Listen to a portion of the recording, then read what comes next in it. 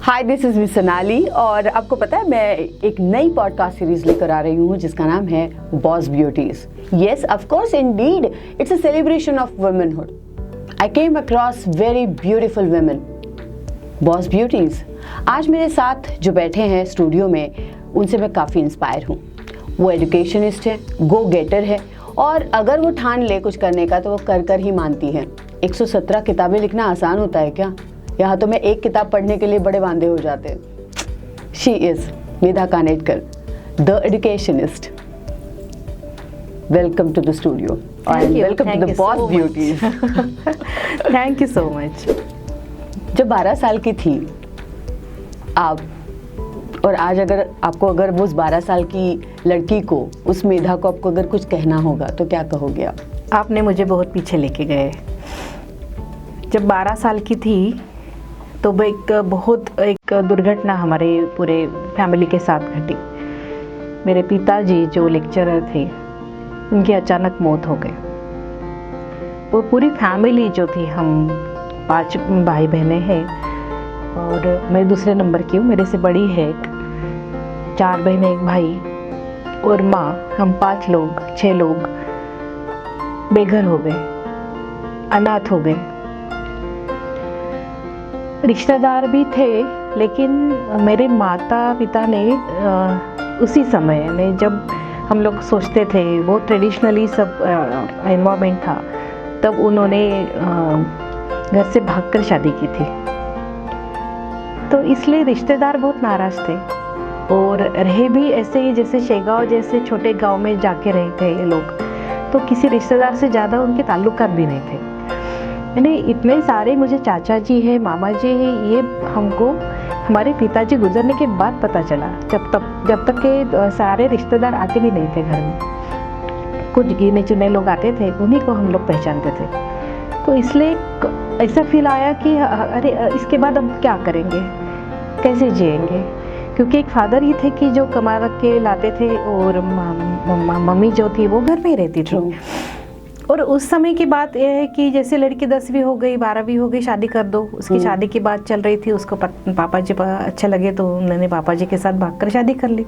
तो उनका एजुकेशन भी इतना नहीं था, वो 10वीं पास थी सिर्फ। लेकिन जब हम नागपुर आए शेगांव से, तो हमारे माता जी ने भी 10वीं से 12वीं करी, फिर लाइब्रेरी साइंस का कोर्स करा और खपरेखेड़ा के महाराष्ट्र विद्यालय में उनको लाइब्रेरियन की वहाँ पे। अच्छा, उसके बाद में? हाँ, बाद में पापा जाने के बाद। लेकिन वो 3-4 साल बहुत कठिन थे हमारे सबके लिए। मेरा छोटा भाई तो 2 साल का ही था, जिसको बाबा कैसे दिखते हैं ये पता भी नहीं था। और उस समय से फ़ोटो वगैरह भी ज़्यादा निकालने की हमारे पास सुविधा नहीं थी कि बाबा का फ़ोटो भी उसको दिखा के कि ये तेरे बाबा है ऐसे बताएंगे। तो उसकी याददाश्त में बाबा का फ़ोटो ही नहीं है, उसकी याददाश्त में बाबा दिखते ही नहीं है। फिर वो हमारे सहारे बड़ा हुआ कि उसको दीदी है। तो एक जिम्मेदारी मेरे पूरे सर के ऊपर आ गई। मेरी बड़ी बहन जो थी वो बहुत बीमार रहती थी हमेशा। फिर मैं दूसरे नंबर पे थी, लेकिन पूरी जिम्मेदारी मैंने अपने सर ले ली।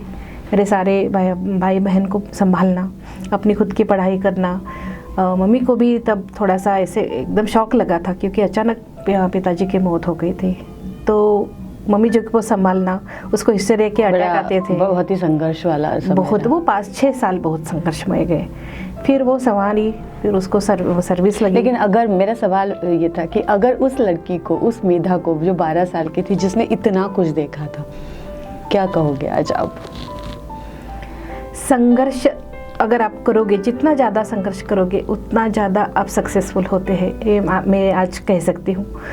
क्योंकि कठिनाइयों से, संघर्षों से भागना और जिम्मेदारी टालना बहुत आसान है, लेकिन उसको निभाते निभाते अगर आप आगे चले जाते हैं तो कोई ना कोई ऐसा आपको मिल ही जाता है हर रास्ते पे, जो आपको आगे लेके जाता है और एक सक्सेस का द्वार जो है आपको खोल देता है। मैं तो हमेशा कहती हूँ कि भगवान अगर एक द्वार बंद करता है तो दूसरा द्वार खोल देता है आपके लिए। बिल्कुल। तो वो द्वार आपको चुनना है, वो आपको दिखना चाहिए कि अरे हाँ, ये रास्ता है कि यहाँ से मैं बाहर निकल सकती हूँ। तो वो 12 साल की मेधा ने जब संघर्ष किया तब जाके आज की मेधा बनी है। एग्जैक्टली आज आप एक बहुत ही सक्सेसफुल एजुकेशनिस्ट है। 117 किताबें आपने लिखी है, वो भी आप कॉमर्स जैसा सब्जेक्ट है आपका। आपकी ऑडियो बुक्स भी अवेलेबल है, आप ऑडियो बुक्स में भी ये करती है। नागपुर यूनिवर्सिटी के कई पदों पर आप कार्यरत है। इतना सब कैसे कर पाती है? करती गई मैं। ऐसे मैंने सोचा नहीं था कि मैं ये करूँगी वो करूँगी। कुछ मिलने के लिए, कुछ पाने के लिए मैंने किसी के सामने हाथ कभी नहीं फैलाए। जो मिलता गया मैं करती गई। जब हमको संघर्ष करना था, जब आगे निकलना था, तो सबसे पहले तो मैंने एक मार्केटिंग ऑफिसर करके एक कंपनी में जॉब किया था। और ये जॉब करते करते मुझे पता चला कि सिपेंट बरार कॉलेज में वैकेंसीज है, वहाँ पे काम निकल रहे हैं। आज आप वहाँ पर एसोसिएट प्रोफेसर करके कॉमर्स के काम करते हैं और बहुत इनोवेटिवली करते हैं। तो 1990 में मेरे को ये अपॉर्चुनिटी मिली। तब मैं जूनियर कॉलेज में पहले ज्वाइन हुई, उसके बाद मैं सीनियर कॉलेज में आई। सीनियर कॉलेज में आने के बाद मुझे पता चला कि मेरे जैसे बहुत से लड़के हैं कि जो संघर्ष कर रहे हैं, उनको फैसिलिटीज़ अवेलेबल नहीं है। आज मुझे सहायता का देने के लिए बहुत सारे लोग आगे आए थे, हमारे टीचर्स ने भी बहुत सहायता की थी। लेकिन जब मुझे पता चला कि जैसे जैसे दिन बदलते जा रहे हैं, वैसे वैसे लोगों की मानसिकता जो मदद करने की एक दूसरे की, वो बदलती जा रही है। फिर ऐसे बच्चे जो संघर्ष कर रहे हैं, जिनको आगे बढ़ना है, जिनको कुछ काम करके आगे आना है, जिनको पढ़ाई करके आगे आना है, उनके लिए कुछ अवेलेबल ही नहीं था प्लेटफॉर्म। तो इसलिए, और जो भी इंफॉर्मेशन, क्योंकि नए नए सब्जेक्ट्स आ रहे थे, नई पूरे सिलेबस बदल रहे थे, क्योंकि नए युग के साथ हमको चलना था। पुराना सब ख़त्म हो रहा था, नया सब कुछ आ रहा था। तो उन बच्चों के लिए, जो बच्चे काम करके पढ़ाई करते हैं, जो बच्चे ग्रामीण क्षेत्र में रहते हैं, जिनको कुछ अवेलेबल नहीं होता लेकिन उनको काम करना है, जिनको आगे बढ़ना है, उनके लिए फिर मैंने लिखना शुरू कर दिया। पहले तो इंग्लिश में सभी इन्फॉर्मेशन अवेलेबल होती थी, तो इंग्लिश इन्फॉर्मेशन को मराठी में ट्रांसलेट करके मैं किताबें लिखने लगी। और साईनाथ प्रकाशन जो ललिता पुराणिक चलाती है, उन्होंने भी मुझे चांस दिया। तो 1996 से मैं किताबें लिखना शुरू कर दी थी। तो पहली किताब क्या लिखी थी? पहली किताब तो मैंने इनकम टैक्स की लिखी थी, क्योंकि इनकम टैक्स की किताब लिखने के लिए बहुत ज़्यादा टाइम भी लगता है, और वो किताब लिखने के लिए कोई आगे नहीं आता। मैं आपके बारे में एक बात कहना चाहती हूँ, और बहुत ये मेरे दिल से निकला हुआ कॉम्प्लीमेंट है। वैसे मैं अगर बात करूँ तो वो बोलते हैं ना, हिस्ट्री ज्योग्राफी बड़े बेवफा, रात को पढ़ो तो पूरे सुबह सपा। तो वैसी मेरी हालत जो है वो मैथ्स को लेकर है, कॉमर्स को लेकर। दो I am a commerce graduate, but you made commerce very very easy, है ना। हमने कुछ रील्स बनाई थी, हमने कुछ ऑडियो बुक्स बनाए थे, तो उस दरमियान में I came across to you and understood. तो इतनी, और मराठीमध्ये या म्हणतात इतकं साधं आहे हो। तो actually you made it very easy. मुझे लगता है एजुकेशन को, कॉमर्स जैसे इतने डिफ़िकल्ट सब्जेक्ट को बहुत ही, और ये सब्जेक्ट मेरे को बहुत ही ड्राई सब्जेक्ट लगते हैं, तो इन सब्जेक्ट्स को इतना इंटरेस्टिंग बनाना, that's amazing. As a teacher, as a professor, you have really done a commendable job. जब मैं स्टूडेंट थी तो मैंने ये सब फेस किया है, और खुद को समझते समझते मैंने पूरा कॉमर्स पढ़ा है। आज की डेट में मैंने बता सकती हूँ कि कॉमर्स का कोई भी सब्जेक्ट आप मुझे पूछ लो, मैं आपको बता सकती हूँ। तो जब मैंने ये देखा कि कॉमर्स की जो किताबें अवेलेबल है वो बहुत ज़्यादा कठिन लैंग्वेज में है, लोगों को समझ में नहीं आता, इतने बड़े बड़े वर्ड्स उन्होंने इस्तेमाल किए हैं, बहुत ज़्यादा उसमें जो बोलते पुराने ऐसे वर्ड। जैसे हम एक एग्जांपल अगर मैं दूँ तो अगर कायदा हमको बोलना है तो उसको प्रसंविदा बोलते हैं, तो इतना करार अगर हमको बोलना है तो उसको प्रसंविदा बोलते हैं, कायदा बोलना है तो अधिनियम बोलते हैं। तो ये छोटे छोटे जो शब्द है, ये लोगों को पता नहीं है। या आज के अगर हम लोग बात करें तो हम लोग बैंक बोलते हैं, बैंक को अगर अधिकोष बोलते जाएंगे तो बच्चे को समझ में नहीं आ रहा कि ये अधिकोष यानी क्या है। राइट। अगर चेक हम लोग बोलते हैं तो धनादेश बोलते हैं, जिसका डीप हम तो वहीं पे रुके हुए हैं कि भाई ट्रेन को क्या बोलते हैं, तो लोह पथगामिनी बोलते हैं, इतना है। तो वो भी credit goes to Amitabh Bachchan कि उन्होंने फिल्मों में यूज किया था। बट या it is very hard language use करते थे पहले। हाँ। तो ये लेकिन अभी जो है कम्युनिकेशन, शायद ये इनोवेशन मेरी किताबों की वजह से आया है, क्योंकि बाकी अभी जो किताबें आ रही है, बाकी जो ऑथर्स है उनकी भी किताबें जो आ रही है, वो भी अभी ये कॉमन जो लैंग्वेज है यूज कर रहे हैं, क्योंकि बोलचाल की भाषा जो है वो यूज हो रही है। ये मैंने मेरे बुक्स में मैंने पहले इंट्रोड्यूस किया कि बैंक को बैंक ही बोलना चाहिए। अगर बैंक ये रूढ़ शब्द है तो उसको हम लोग उसको बदल के उसका मराठी मीनिंग अधिकोष लिखे तो हमारे जो बच्चे वो पीछे चले जाते हैं। Exactly. क्योंकि बाहर जाके तो उनको बैंक ये शब्द पे काम beautiful idea you have, you know subject जो है वो समझना चाहिए जी, है ना जी, क्योंकि उसके ऊपर उसको प्रैक्टिकली काम करना है Exactly. बाद में। तो अगर हम लोग अकाउंट ये बात नहीं करते हुए खाता बोलते जाएंगे तो ये बाहर जाके उसको खाता समझ में ही नहीं आएगा, वो उसको अकाउंट दिखेगा। हाँ, तो बाहर जाके वो काम कैसे करेगा? मेंटल कॉन्फ्लिक्ट भी क्रिएट हो सकता है, उसको लगता है कि मैंने कुछ पढ़ा ही नहीं। हाँ, एग्जैक्टली। इसलिए ये जो बुक्स मैंने लिखे वो पूरे जैसे जो आज की लैंग्वेज हम लोग यूज़ कर रहे हैं उसी लैंग्वेज में मैंने लिखने की कोशिश की, लेकिन मराठी में लिखी। जो शब्द मराठी के हैं वो मराठी तो यूज़ किए हैं, लेकिन जो रूढ़ शब्द है उसको मैंने फिर वहाँ पे अपने शब्द वहाँ पे डाल के किए। तो इससे एक फ़र्क ऐसा हुआ है कि महाराष्ट्र गवर्नमेंट ने भी कॉमर्स की डिक्शनरी या कॉमर्स की इंसाइक्लोपीडिया तैयार करने की कोशिश की। मेरे जैसे बहुत सारे वहाँ पे लेखक थे जिन्होंने ये सारा काम किया और आज कॉमर्स का इंसाइक्लोपीडिया तैयार हुआ है कि जो नए शब्द इस्तेमाल करने के लिए परमिशन देता है। क्या बात है। तो आपको क्या आप बता सकते हैं कि आपके रहते आपके जो कंट्रीब्यूशन हैं to the university, to the education field, उसके बाद में क्या क्या बदलाव हुए? जैसे एनसाइक्लोपीडिया की बात करें तो आपके पहले के एजुकेशन इसमें फिर आपने जो बदलाव लाने की कोशिश करी उसमें क्या क्या? मैं अकेली नहीं हूँ, मेरे साथ बहुत सारे लोग हैं कि जो ऐसे सोचते हैं कि नहीं प्रैक्टिकली लोगों को नॉलेज मिलना चाहिए। तो इसलिए अभी न्यू एजुकेशन पॉलिसी जो 2020 आई है वो बहुत सहायक हुई इसके लिए। हमने पूरा प्रैक्टिकल सोच के कि क्या आज के बच्चों को ज़रूरत है, स्किल डेवलपमेंट के बारे में सोच के हमने पूरा कॉमर्स का जो एक सिलेबस है वो पूरा उसको बदल दिया है। उसको हमने स्किल बेस किया है, उसको हमने प्रैक्टिकल बेस किया है कि जो लोग पहले हम लोग पढ़ते थे कि सिर्फ किताबी नॉलेज हमको मिलती थी और प्रैक्टिकली बाहर जाके कुछ अलग ही दिखता था, लेकिन आज हम लोग वो पढ़ाने की कोशिश कर रहे हैं कि जो बाहर अस्तित्व में है, बाहर जाके इन बच्चों को करना है, फिर उनको थोड़ा प्रैक्टिकल फील्ड वर्क करना है, फिर उनको कुछ प्रोजेक्ट्स करने हैं। तो ये सब करने के लिए, प्रोत्साहित करने के लिए ही हमने सिलेबस में वैसा चेंजेस पूरे करे हैं। मज़ा तो बहुत आता होगा जब बच्चों के साथ रहना है, एजुकेशन फील्ड है, रोज़ एक नई एनर्जी के साथ में रहना है। पर आपको अपने स्कूल के कॉलेज के दिन की जब याद आती है तो how was your college days like? मेरे कॉलेज डेज में तो मैंने ज़्यादा कुछ उथल मचल के नहीं किया था क्योंकि बीकॉम सेकेंड ईयर में जब मैं थी तभी से मैंने नौकरी करना शुरू कर दिया था। सुबह मैं कॉलेज करती थी 7 से 9:30 10 बजे तक और 10 बजे मैं ऑफिस चली जाती थी। इसलिए थोड़ा मेरा स्टूडेंट लाइफ जो है वो थोड़ा सा हार्ड रहा। मैंने ज़्यादा तो कुछ नहीं किया, लेकिन मैंने विद्यार्थी परिषद का काम किया था 11वीं से सेकेंड ईयर तक 4 साल में काम करती थी और वहाँ पे मैंने बहुत सारा सीखा है। बात करना सीखा लोगों से, कम्युनिकेशन स्किल्स जिसको बोलते हैं। हमारे एक दत्ता जी डिरोकर थे जिनके साथ में मैं काम करती थी, तो वो बोलते थे की ओठावरती म्हणजे जिभेवर साखर आणि डोक्यावर बर्फ ठेवून तुम्ही काम केलं तर यश तुम्हाला नक्की मिळतं। वाह! इसका मतलब है कि थोड़ा मीठा बोलो और अपना जो दिमाग है वो शांत रखो।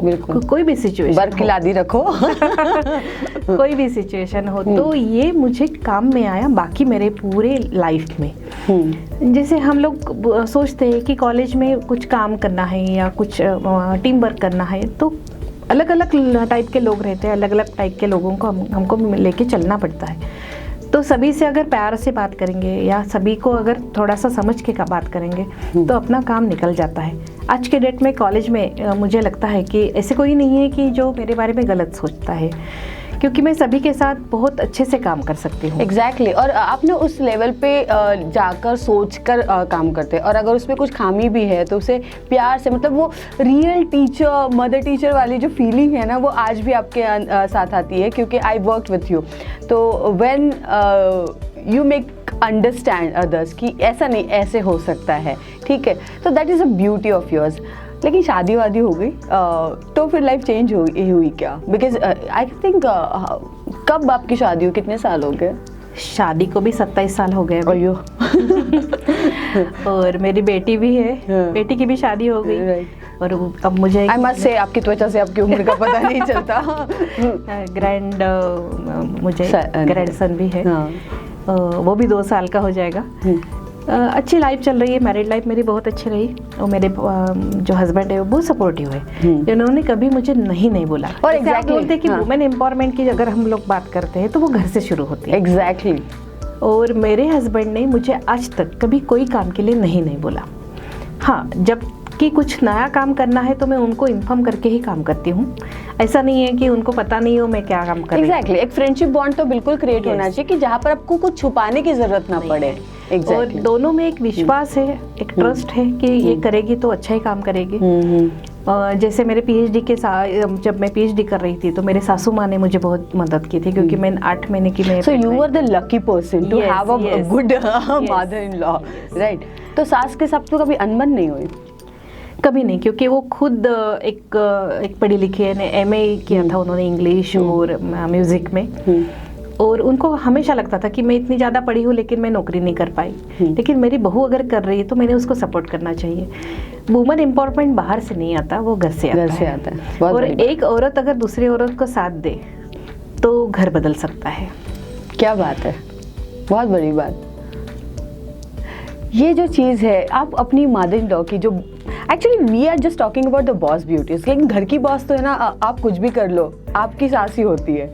तो वो आपका और उनका कैसा बॉन्ड रहा, क्या अच्छे एक्सपीरियंसेस रहे? यस, हम लोग साथ में खाना खाते थे, बाहर जाते थे। उनको गाने के बहुत शौक थे। और मेरी लड़की, उन्होंने देखा लड़की में जो तबला बजाने का कौशल्य उसके उसमें था। आपकी बेटी में? मेरे बेटी में। तो उन्होंने उसको सिखाया तबला, मेरे सास ने। और हम लोग तीनों मिलके, मेरे को तब तक मैं गाना नहीं सीखी थी, मेरे को शौक था गाने का, ऐसे ही गाती थी। लेकिन उन्होंने बाकायदा मुझे ट्रेनिंग लेने के लिए बोला कि आप स्कूल जाओ, म्यूज़िक स्कूल जाओ, आप करो। मैं मध्यमा तक मैंने एग्जाम्स भी दिए हैं म्यूज़िक के। उन्होंने गाना गाने के लिए मुझे प्रोत्साहित किया। फिर हम दोनों मिलके गाने गाते थे घर में। अच्छा। भजन करते थे, कभी लाइट म्यूज़िक गाते थे, कोई प्रोग्राम करते थे, म्यूज़िकल प्रोग्राम। अगर सलील कुलकर्णी के प्रोग्राम वगैरह ऐसे अगर आते हैं नागपुर में तो हम लोग जाके पूरे एंजॉय करते थे दोनों मिलके। तो एक फ्रेंडशिप थी हमारे बीच में जो पहले से उन्होंने मेंटेन करके रखी थी।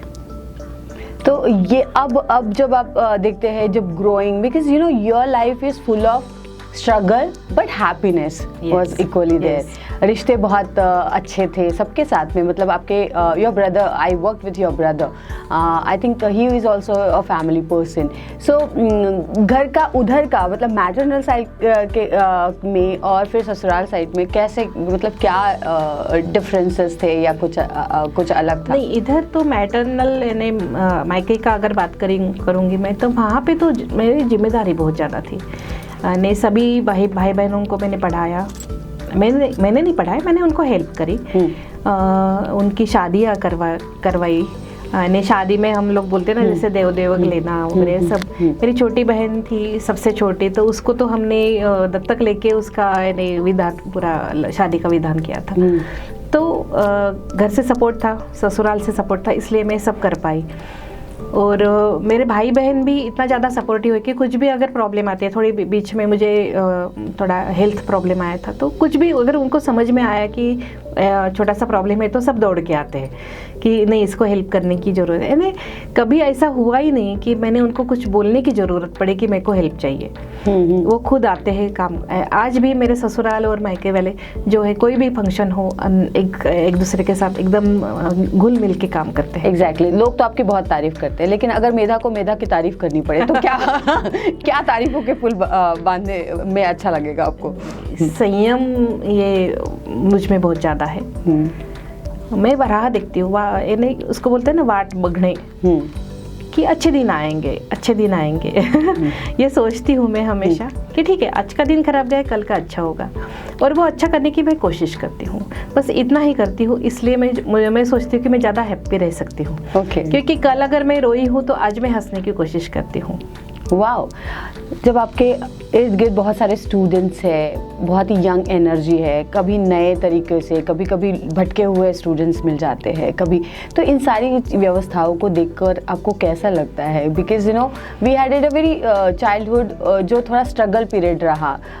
रिस्पॉन्सिबिलिटीज़ हमने अपने, मतलब किसी ने बोला नहीं होगा शायद हमें लेने के लिए, लेकिन हमने वो रिस्पॉन्सिबिलिटीज़ खुद होके निभाई। लेकिन कभी कभी दिखता है कि बट इक्वली अच्छे और थोड़े से, मतलब उस तरह के स्टूडेंट्स मिलते हैं। तो किस तरह का काउंसलिंग होता है उनके बीच में? क्या बोलते हैं? हाँ, मैं हमेशा आजकल मैंने शुरू कर दिया, पहले तो नहीं बताती थी, लेकिन आजकल मुझे अगर जैसे ये एकदम गरीब घर के बच्चे हैं या कुछ ऐसे है कि जो जिनके पोटेंशियल है, जिनमें पोटेंशियल दिख रहा है मेरे को, लेकिन वो पढ़ाई की तरफ ध्यान नहीं दे रहे, क्योंकि पढ़ाई अगर आपके पास नहीं है तो आप ज़्यादा कुछ कर नहीं पाते। इसलिए अगर उन्होंने पढ़ना चाहिए, उन्होंने अपने फील्ड में आगे आना चाहिए या कुछ अपने पैर के ऊपर खड़े होके कुछ इनकम करवाना चाहिए, ऐसा अगर मुझे लगता है तो मैं उनको मेरी स्टोरी बताती हूँ आजकल कि देखो मैंने इसे करके यहाँ तक आज के पहुँची हूँ। आज मैं कार से आ रही हूँ, लेकिन मैं पैदल जाती थी कहीं कहीं कितनी दूर। मैंने पीएचडी कैसे करी, क्योंकि मेरे पास पीएचडी के भी स्टूडेंट्स थे और बहुत कंप्लेंट करते कि मैडम ये डेटा नहीं मिल रहा, वो नहीं मिल रहा, वो नहीं मिला, ऐसे करके। तो मैं उनको बताती हूँ कि एक मेरा इंसिडेंस ऐसा है कि मेरे जो गाइड थे वो बहुत स्ट्रिक्ट थे और टाइम के बारे में तो बहुत स्ट्रिक्ट थे।